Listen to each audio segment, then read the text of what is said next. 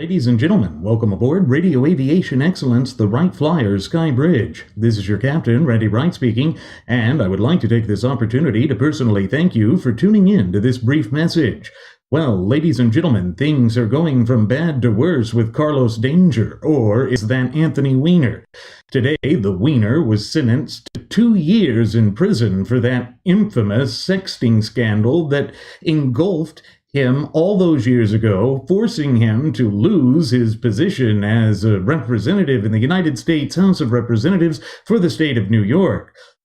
He was trying to hold back tears and begged that the judge there in the Manhattan court would be lenient on him and allow him to avoid having to have any prison time.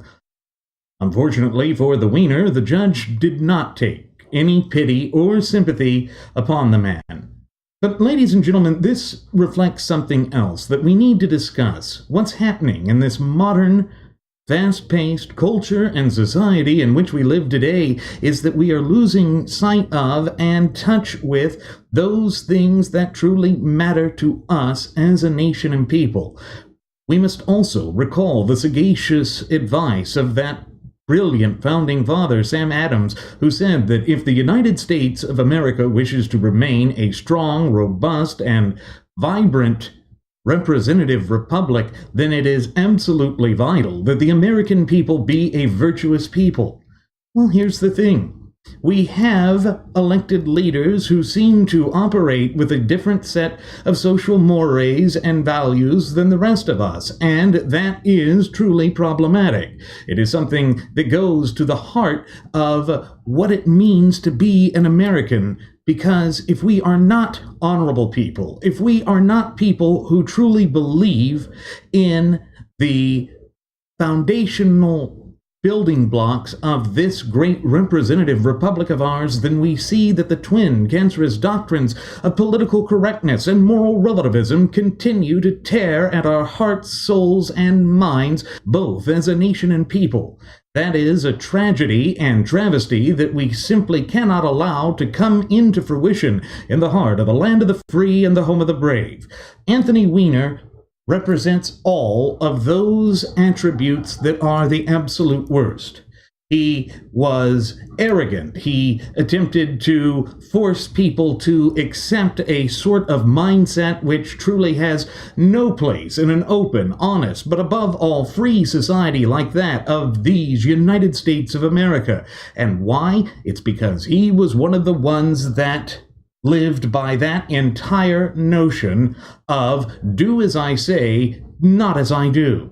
That type of arrogance is what has alienated and disenfranchised huge swaths of the American electorate away from our shared system of polity.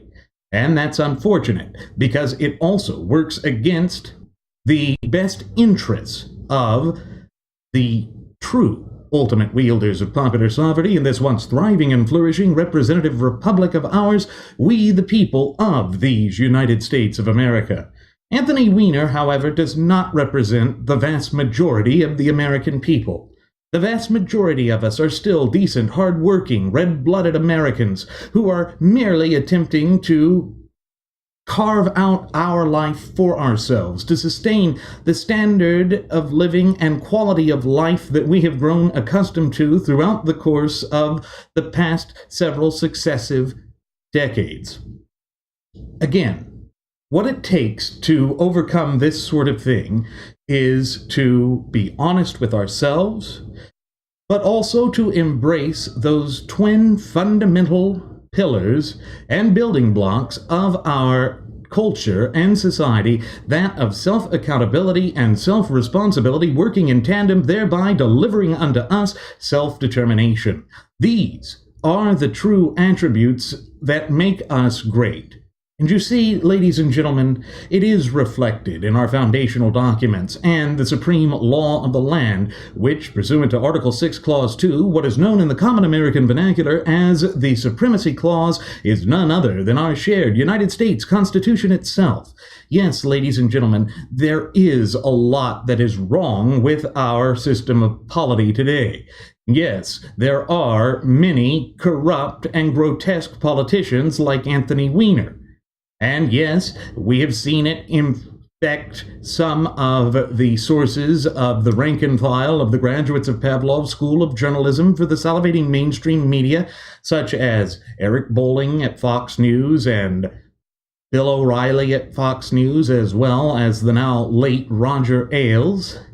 You see, political correctness is selectively implemented by the frothing of the mouth Fabian socialist leftists. That's because they have a propagandist narrative and agenda which they will never abandon.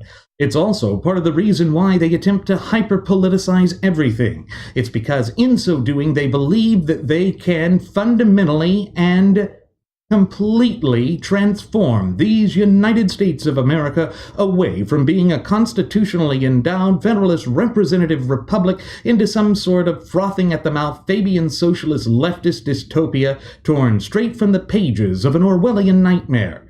Again, that's not something that we should accept. That's not something that is good for the country, and it is certainly not reflective of who we are as a nation and people. I'm glad that Anthony Weiner is going to be going to jail. He needs to. He is a threat and danger to society. It's also very good that he is no longer a public servant. But there was another thing that I noticed with regard to this story being put out there. The Associated Press, or AP, is attempting to state that this scandal, which he was just embroiled with, was what helped defeat Hillary Rotten Clinton in that disastrous debacle and fiasco known as the 2016 presidential election cycle. That is a load of nonsense. Nothing could be further from the truth, because that has no bearing on reality. It has no connection with what was actually going on, and it shows once again just how out of touch the frothing at the mouth Fabian socialist leftist controlled salivating mainstream media is with the American people. The reason that the 2016 presidential election cycle unfurled in the manner and fashion that it did is because the American people are, quite frankly, sick and tired of politics as usual. We feel as though those upper echelons, those elitists who continue to thumb their noses at us, look down upon us and don't listen to what we say. They may promise us pie in the sky, but they don't believe it, and that is certainly not how they view the world, because they view the world as they are separate and apart and above from us. That is diametrically opposed to everything that our founding fathers believed. And it goes to the warning that the father of our nation, George Washington, gave in his farewell address of 1796. Washington, in that iconic address, attempted to warn the American people not to allow ourselves to be split into disparate and competing factions, because in so doing we would lose sight of that which truly matters in the heart of the land of the free and the home of the brave, and that is, as my first my first officer, Jeremy Graventon, and indeed even our first Air Marshal, Mr. Nelson Ward, as well as yours truly, have attempted to warn you, our cherished listening passengers and audience members, about throughout the course of the past 2 years. You see, without your fundamental and inalienable rights, which happen to be endowed to you by your Creator, the God of nature himself, then you are truly left with nothing. This is why it is absolutely vital and pivotal that we foster a fluent and working knowledge and understanding of our shared United States Constitution, and thereby our fundamental and inalienable God-given rights. That is what empowers us both as a nation and people to stand up to these hypocrites and charlatans who are doing everything within their power to pit us against one another and to leave us in a weakened position. Again, we will not tolerate that. We will not accept that, and we will always stay true to who we are, both as a nation and people, because that is our true heritage, character, spirit, and identity, both as a nation and people. When we do that, there is nothing that we cannot overcome. And it means that justice can be served on such charlatans as Anthony Carlos Danger Weiner the Wiener.